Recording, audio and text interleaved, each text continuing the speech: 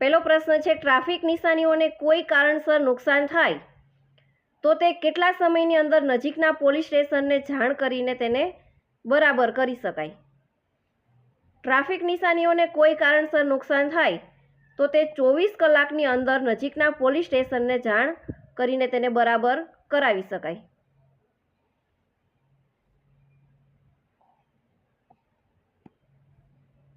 બીજો પ્રશ્ન છે, આંખ આડા કાન કરવા. આંખ આડા કાન કરવા રૂઢિપ્રયોગનો સાચો અર્થ શું છે? આંખ આડા કાન કરવા એટલે કે કોઈ બાબત પર જાણી જોઈને ધ્યાન ન આપવું, ઉપેક્ષા કરવી અથવા તો અણદેખું કરવું. એટલે એનો જવાબ થશે ઓપ્શન બી, કાનને ન ધરવું અથવા અણદેખું કરવું.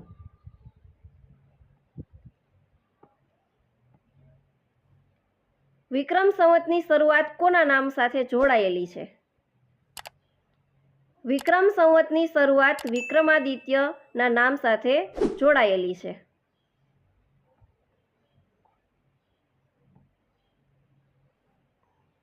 આગળનો પ્રશ્ન છે, ગુજરાત મોટર વ્હીકલ નિયમો 1989ના કયા ભાગમાં કંડક્ટર લાયસન્સ મેળવવાના નિયમો દર્શાવ્યા છે? ગુજરાત મોટર વ્હીકલ નિયમો 1989ના ભાગ 3 હેઠળ કંડક્ટર લાયસન્સ મેળવવાના નિયમો દર્શાવવામાં આવેલા છે.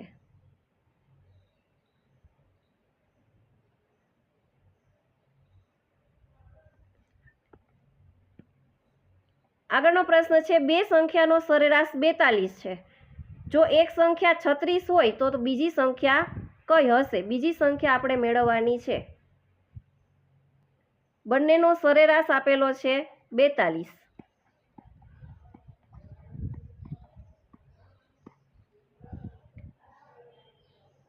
તો કુલ સરવાળો થશે, કુલ સરવાળો બરાબર સંખ્યા આપેલી છે 2 અને સરેરાશ આપેલો છે 42. તો કુલ સરવાળો થશે 42 ગુણ્યા 2 થશે 84.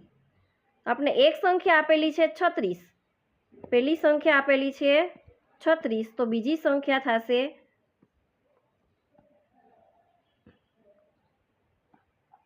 જે સરવાળો આપણને મળ્યો છે એમાંથી 36 બાદ કરી દઈએ એટલે આપણને બીજી સંખ્યા મળશે. 84 માઇનસ 36 કરશો એટલે જવાબ આવશે 48. તો બીજી સંખ્યા થશે 48, ઓપ્શન સી.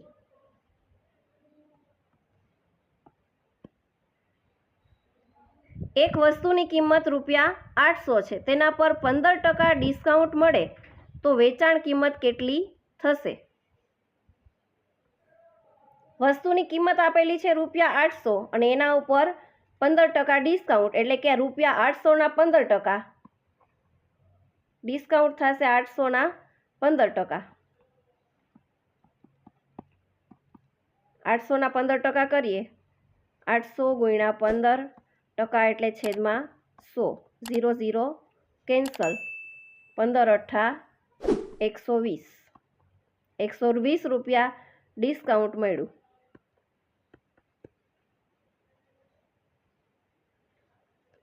આપણે મેળવવાની છે વેચાણ કિંમત. તો વેચાણ કિંમત બરાબર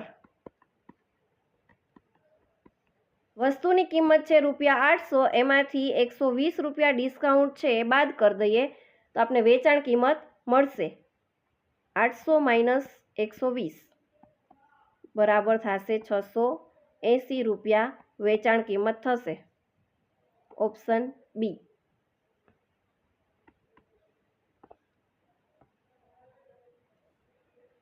આગળનો પ્રશ્ન છે, રૂટ સર્ચ કરતી વખતે ગંતવ્ય સ્થાન એટલે શું?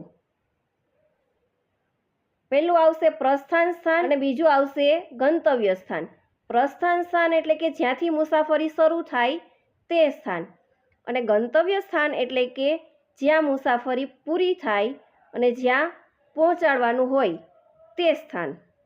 એટલે અહીં જવાબ થશે ઓપ્શન બી, કે જ્યાં મુસાફરી પૂરી કરીને પહોંચવાનું હોય તે સ્થળ એટલે કે ગંતવ્ય સ્થાન.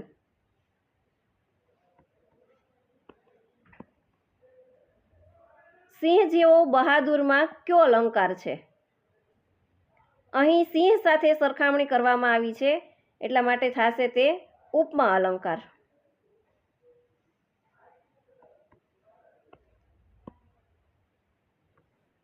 હાથ ધોઈને પાછળ પડવું રૂઢિપ્રયોગનો અર્થ શું થશે?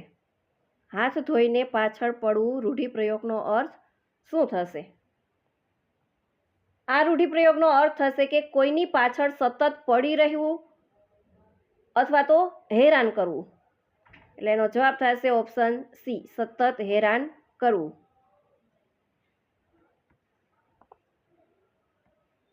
આગળનો પ્રશ્ન જોઈએ. એક બસમાં 6 મુસાફરો પ્રવાસ કરે છે. જો દરેકની ટિકિટ 150ની હોય તો કુલ ભાડું કેટલું થશે? 6 મુસાફર છે અને 150 રૂપિયા એની ટિકિટ છે. 6 મુસાફર, 150 રૂપિયા ટિકિટ. 6 ગુણ્યા 150 કરીએ, જવાબ આવશે 900 રૂપિયા. તો 6 મુસાફરોનું 150 રૂપિયા દીઠ કુલ ભાડું થશે 900 રૂપિયા. Option B.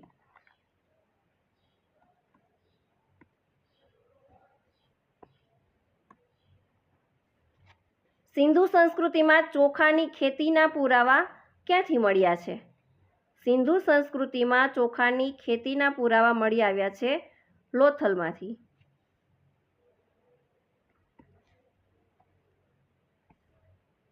ગૌતમ બુદ્ધને જ્ઞાન પ્રાપ્તિ ક્યાં થઈ હતી?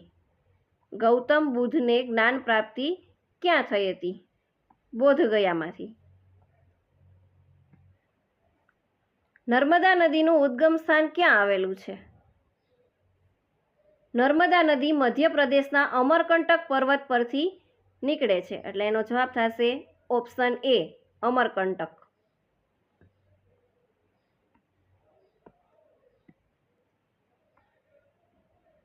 ભારતનું સૌથી મોટું ડેલ્ટા કયું છે?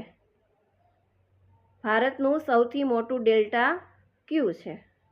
ગંગા અને બ્રહ્મપુત્ર નદી દ્વારા બનેલું સુંદરવન ડેલ્ટા વિશ્વનું સૌથી મોટું ડેલ્ટા ગણાય છે. Option C, Sundarbans delta.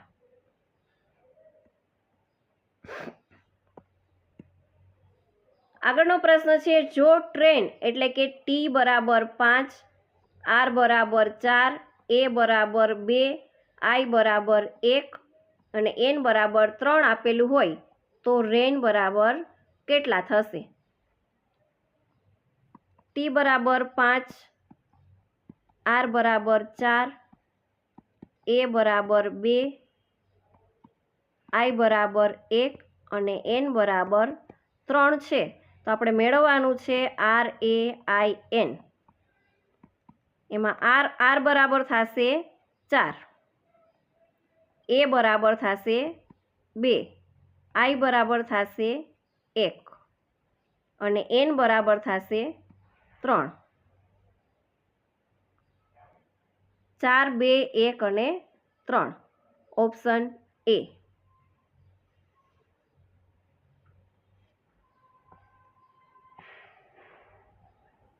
એક ઘડિયાળમાં 3 વાગ્યે કલાક અને મિનિટના કાંટા વચ્ચે કેટલા અંશનો ખૂણો બનશે? ઘડિયાળમાં 3 વાગે એટલે કે 3નો નાનો કાંટો અહીંયા થશે અને મોટો કાંટો બારે થશે. એમની વચ્ચે ખૂણો થશે 90 અંશનો. Option C.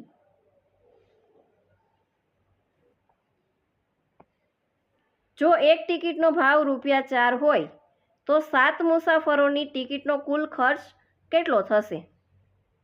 એક ટિકિટનો ભાવ ₹4 છે તો એવા મુસાફરની સંખ્યા છે 7. 7 ચોક 28. 28 રૂપિયા ટિકિટનો ખર્ચ થશે. Option A. આગળનો પ્રશ્ન છે. બક્સરનું યુદ્ધ કયા વર્ષે થયું હતું? બક્સરનું યુદ્ધ થયું હતું ઈસવીસન 1764માં.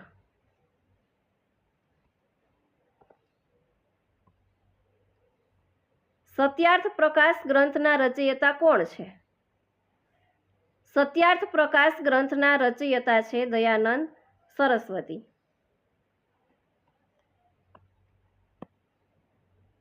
ઈસ્ટ ઇન્ડિયા કંપનીની સ્થાપના કયા વર્ષે થઈ હતી? ઈસ્ટ ઇન્ડિયા કંપનીની સ્થાપના થઈ હતી ઈસવીસન 1600માં।